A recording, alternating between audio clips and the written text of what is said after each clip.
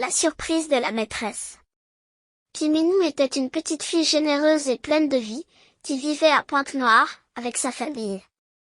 Elle aimait beaucoup les vacances car elle pouvait passer du temps avec sa famille, accompagner sa mère à faire les courses et surtout aller à la plage. Mais Kiminou aimait également aller à l'école, car elle adorait passer du temps avec ses petits camarades originaires de plusieurs pays d'Afrique, et surtout apprendre plein de choses avec sa gentille maîtresse, Madame Lakissa. La rentrée approchait et Kiminou était excitée à l'idée de retrouver le chemin de l'école. Elle avait hâte de remettre son joli uniforme scolaire. Le premier jour d'école arriva, les élèves étaient heureux de se retrouver et découvrir par la même occasion quelque chose qui les surprit tous, Madame Lakissa était enceinte. Kiminou et ses petits camarades étaient curieux et posèrent des questions enthousiastes. Quand est-ce qu'il va naître, maîtresse? C'est une fille? Ou un garçon? Est-ce que vous l'emmènerez dans la classe avec vous? Comment s'appellera ce bébé? Madame Lakissa répondit à toutes leurs questions avec un grand sourire et précisa qu'elle ne savait pas encore le prénom qu'elle lui donnerait. Alors, elle proposa une activité spéciale. Elle demanda à chaque élève d'expliquer la signification de son prénom et pourquoi leurs parents le leur avaient donné. Ayo fut la première à se lever. Elle expliqua que son prénom signifiait « la joie » en Yoruba, une langue nigériane et que ses parents l'avaient nommé ainsi parce que sa naissance avait apporté une si grande joie dans leur vie. Ensuite, Malkia se leva fièrement et dit que son prénom signifiait « reine » en swahili, et que ses parents croyaient en elle pour devenir une femme forte et puissante. Nzolani expliqua que son prénom signifie la sérénité en zoulou, car sa mère se sentait calme et apaisée quand elle le portait dans son ventre. Mayela, une élève brillante, partagea que son prénom signifiait « l'intelligence » Kikongo.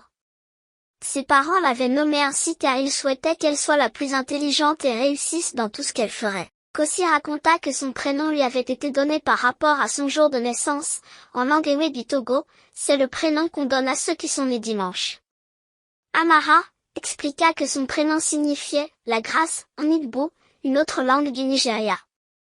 Sa mère lui avait donné ce prénom car c'était une grâce de l'avoir dans sa vie et espérait qu'elle grandisse avec grâce, beauté et douceur, à l'intérieur comme à l'extérieur.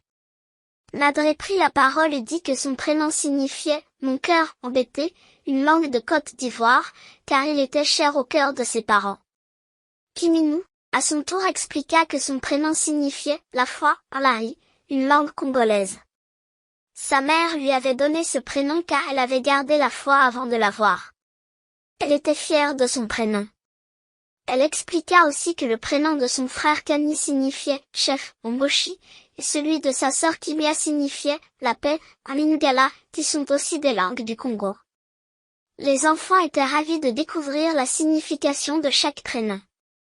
En rentrant à la maison, Kiminou raconta avec enthousiasme sa journée à sa mère et lui demanda si elle pouvait offrir un cadeau à la maîtresse, pour son futur bébé.